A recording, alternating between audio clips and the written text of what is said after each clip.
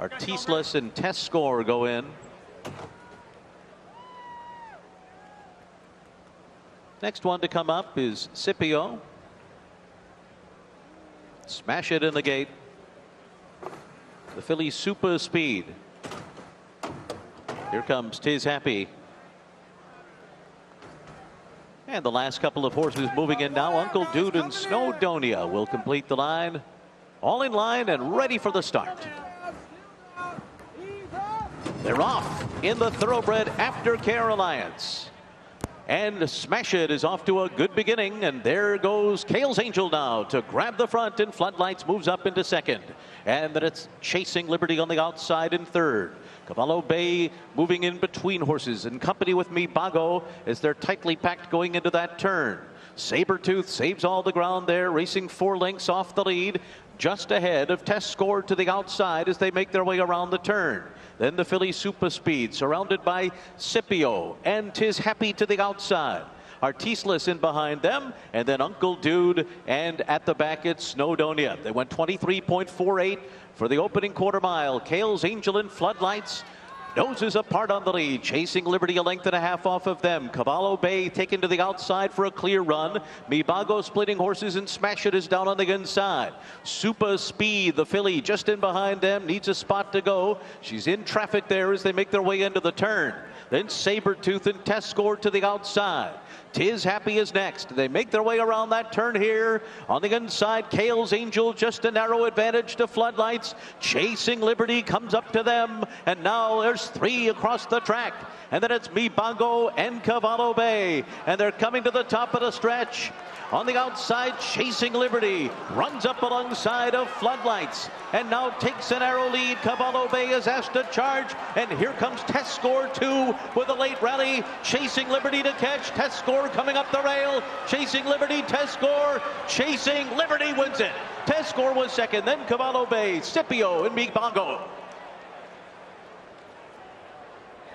And it is Chasing Liberty handling the 2-turn test with aplomb here in the Thoroughbred Aftercare Alliance. It got very close with the 13 Test Score here late, but it is the 10 Chasing Liberty at 6-1. And Chasing Liberty, a son of Constitution, whom you can find at Windstar Farm.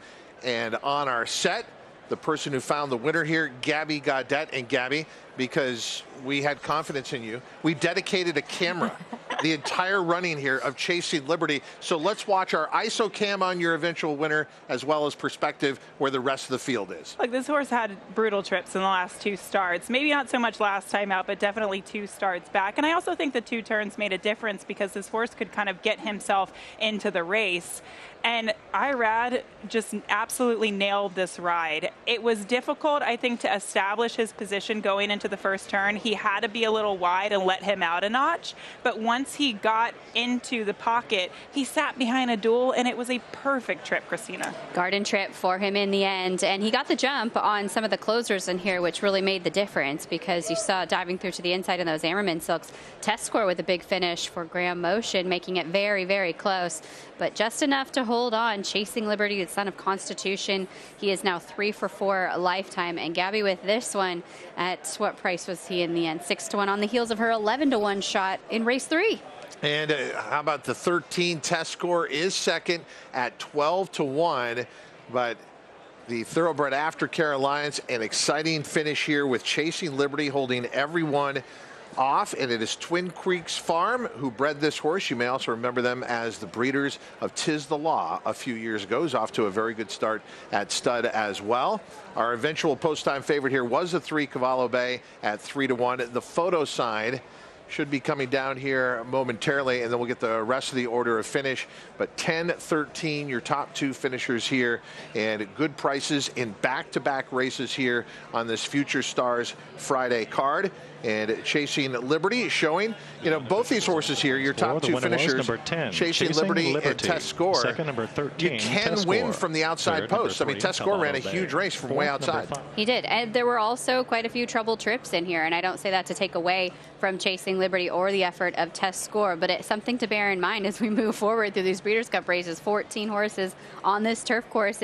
There's bound to be some traffic trouble and some hard luck trips. Especially in 2-year-old races, and all of these horses are still still learning. So sometimes they make early moves, premature moves, and the field can come together. And I feel like that was the case with some runners here. Can we drone on about this race? Let's take you overhead and take a look at Chasing Liberty, kind of out of the most difficult spot at this point. At this point, it's just a matter of whether or not Chasing Liberty is going to have enough to go by everybody here out in the clear. You wonder at what point Irad Ortiz Jr. felt Manny Franco and Test Score kind of bearing down. The test score had to weave in and out of horses. This was a really impressive runner-up performance. Again, taking nothing away from the winner, but Chasing Liberty definitely had the ideal trip today. Gabby, can't you see? Your handicapping ways just hypnotize me. Gabby Gaudet giving out winners on our Breeders' Cup Players Show.